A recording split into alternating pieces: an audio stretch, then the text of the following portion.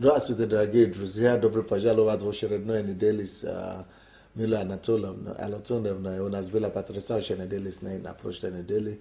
И я бы хотел продолжить с ней общение. Чем вы сейчас занимаетесь, Мила Анатольевна? Здравствуйте. Чем я сейчас занимаюсь в Пасторстве Божьем? Да, как вы говорили на прошлой неделе, что вы готовитесь к открытию новой церкви. Да, я готовлюсь сейчас к открытию новой церкви на В Подоле. Киеве, да? Я коренная киевлянка, я родилась на Подоле, мои родители родились на Подоле. И это фактически старый Подол. Ваше потому что- бремя, да? Да, Ваше... это мое бремя. Мне очень хочется вернуться туда уже в качестве пастора. Потому что Подол, он, Освободителя, вот, спасителя. он всегда славился такой несколько отрицательными своими качествами. Там было много всяких нюансов таких по бандитизму и так далее и тому подобное. И мне сегодня хочется вернуться, хотя это историческое место, это начало города Киева. Я хорошо знаю историю Подола, и вот старый Подол – это место, куда мне хочется вернуться уже в качестве помощи именно духовной реабилитации самого района. Хотя там уже очень мало коренных киевлян, там уже больше новые украинцы, вот, больше офисных помещений, но и там новые массивы, новые застройки есть, вот, двухэтажные дома, потому что сам Подол стоит на реке Глубочица. И вот мне хочется вернуться туда в качестве уже духовного реформатора. Ну и не только духовного. Вот, мне хочется принести людям, гражданам, жителям Подола именно вот свободу, духовную свободу. Это моя мечта. Поэтому мы И хотим... чем вы занимаетесь? Вот Что мы там сейчас, происходит? что там происходит? Мы сейчас вот регистрируем духовно-психологический тренинговый центр «Город истины». Так будет называться наша церковь, но мы его назвали духовно-психологический центр. Да, это Захария, 8 глава, как раз вот Бог дал мне именно по этому местописанию слово об открытии церкви. Я вам в проекте все это напишу, он уже в стадии завершения. Вот, мы сейчас разработали до Нового года план мероприятий, которые мы хотим провести именно на Подоле.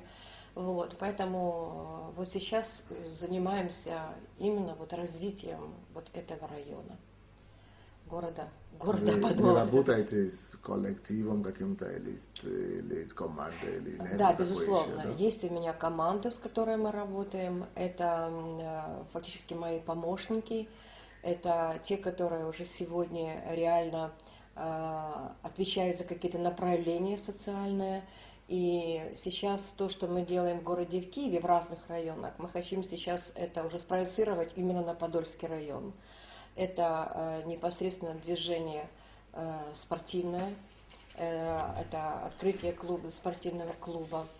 Это сегодня у нас есть на Ахматова 16 тренинговый детский кризисный центр.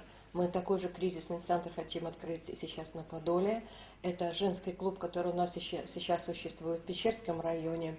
Мы арендуем там помещение в доме зданий. Он также будет иметь модель такую же на Подоле. Вот сейчас я нахожусь здесь, а моя команда на Подоле по адресам именно поиски помещений. Вот, мы хотим, чтобы это было помещение, где могли мы размещать наши клубы и фактически уже проводить там работу. Поэтому вот сейчас Какое время можно ожидать новой церкви? Но мы бы хотели как раз вот это к концу этого года. Декабря, да. Вот ноябрь-декабрь. Вот Рождество, мы планируем это Рождество, это уже задействовать непосредственно и завершить вот 2010 год открытием церкви. Чтобы уже 2011 год мы уже вошли туда уже. Январь, чтобы Да, уже да, была да, церковь, уже да? как церковь. Вот это наше проект. Что можно ожидать от этой церкви? Что будет отличать этой церкви от... что можно ожидать? Какой ваша мечта? Какое видение? Что это будет тысячная церковь, или это будет просто семейная церковь, или это будет просто... Я на одной из передач уже говорила, что я мечтаю это вот тренинговый центр. Что это значит? Как, наверное, звучит несколько необычно. Церковь, тренинговый центр, да? Но я ее вижу как социальная церковь. Что это значит? Там на Подоле есть, ну, как в любом районе, люди, которые имеют ряд каких-то своих проблем. И фактически мы хотим выйти к этим людям с предложением помочь им решать их проблемы.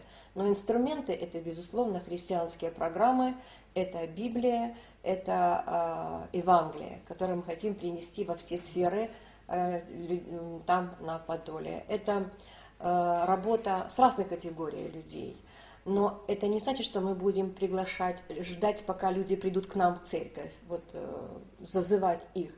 А мы хотим выйти прежде всего к ним, находить этих людей там, где они находятся, и идти к ним туда. Если это дома престарелых, значит дома престарелых. Если это детские интернаты, значит детские интернаты.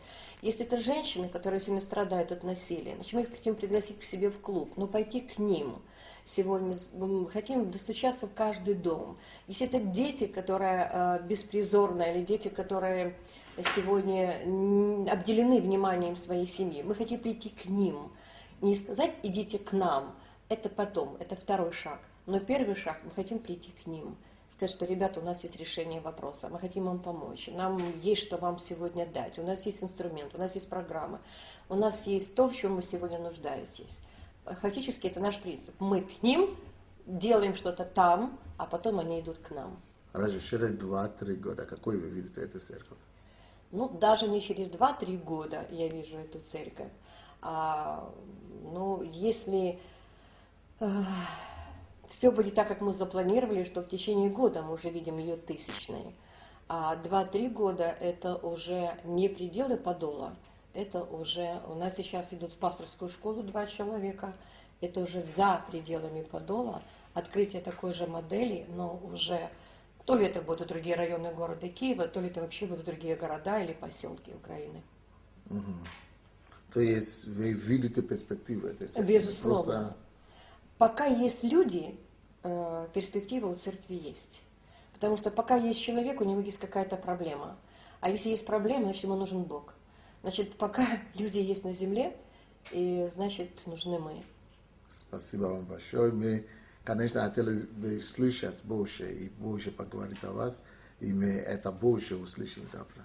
Спасибо. Будьте благословенны.